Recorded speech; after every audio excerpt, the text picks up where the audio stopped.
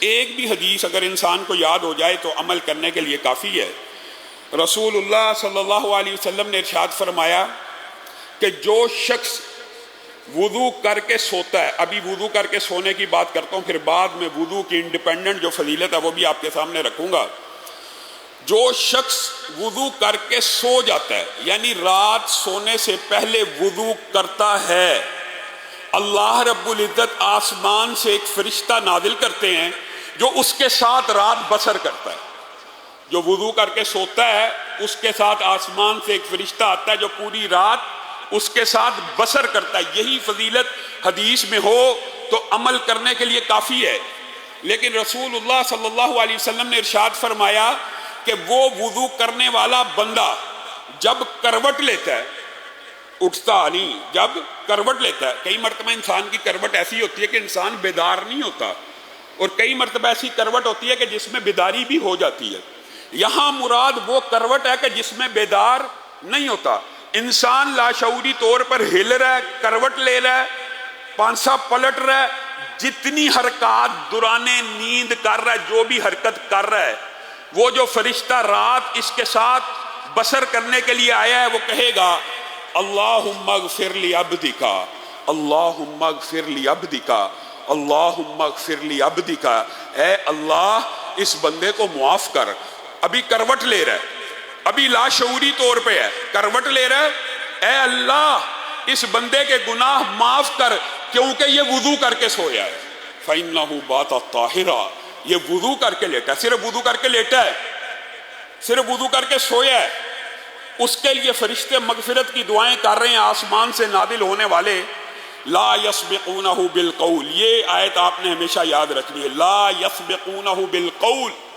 فرشتے اپنی مرضی سے نہیں بولتے، وَهُمْ بِأَمْرِهِ يَعْمَلُونَ، اور وہ اللہ ہی کے حکم کی تعمیل کرتے ہوتے ہیں۔ اور آگے اسی آیت کے آگے اگر آپ دیکھیں وَلَا يَشْفَعُونَ إِلَّا لِمَنِ ارْتَضَىٰ، اور وہ کسی کی سفارش بھی نہیں کرتے مگر جس سے رب راضی ہو جائے۔ اب بتائیے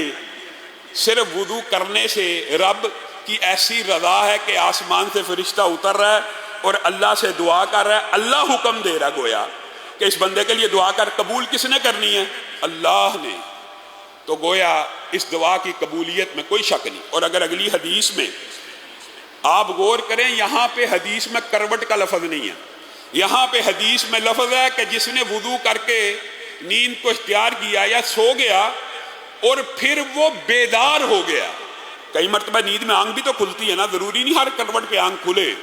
لیکن جس وقت آنکھ کھلتی ہے اس وقت بھی فرشتہ یہ دعا کرتا ہے اللہم اغفر لی عبدک، اے اللہ اپنے اس بندے کو معاف کر کہ یہ وضو کر کے لیٹا تھا اور وضو کے عالم میں اس کی آنکھ کھل گئی ہے۔ یہ دو حدیثیں الگ الگ ہیں، ایک کروٹ کی اور ایک بیداری کی، اور اگر اس کے ساتھ تیسری حدیث ملا لی جائے تو بات شاید میں اور آپ اس کے اوپر عمل کریں۔ کیوں جی؟ ارادہ کرتے ہیں نا انشاءاللہ،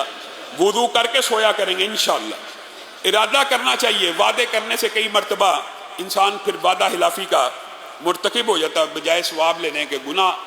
انسان کمانا، یہ مقصد نہیں ہے۔ ارادہ کریں کہ حسب استطاعت، حسب توفیق، میری بہنیں بیٹیاں، میرے بھائی بیٹے، کہ ہمیشہ پوری زندگی یہ عادت اپنا لیں گے کہ وضو کر کے سوئیں گے۔ اس کے اندر ایک جو بہت بڑا فائدہ ہے جس کا ہم نے مشاہدہ کیا ہے اور لوگ ہم سے سوالات کرتے ہیں کہ علامہ صاحب وظیفہ بتائیں، جیسے جمعے کے اندر آپ کے سامنے واقعہ رکھا تھا، وظیفہ بتائیں، ہماری دعائیں قبول نہیں ہوتی، ہمیں کوئی ایسی چیز بتائیں کہ جو دعا کی جائے قبول ہو جائے۔ ہمارے موضوع کے متعلق جو بات ہے وہ یہ ہے کہ رسول اللہ صلی اللہ علیہ وسلم نے ارشاد فرمایا جو بندہ وضو کر کے سو جاتا ہے، اس حدیث میں صرف وضو کا لفظ ہے، جو بندہ وضو کر کے سو جاتا ہے اور پھر اگر رات کے کسی پہر کروٹ لی،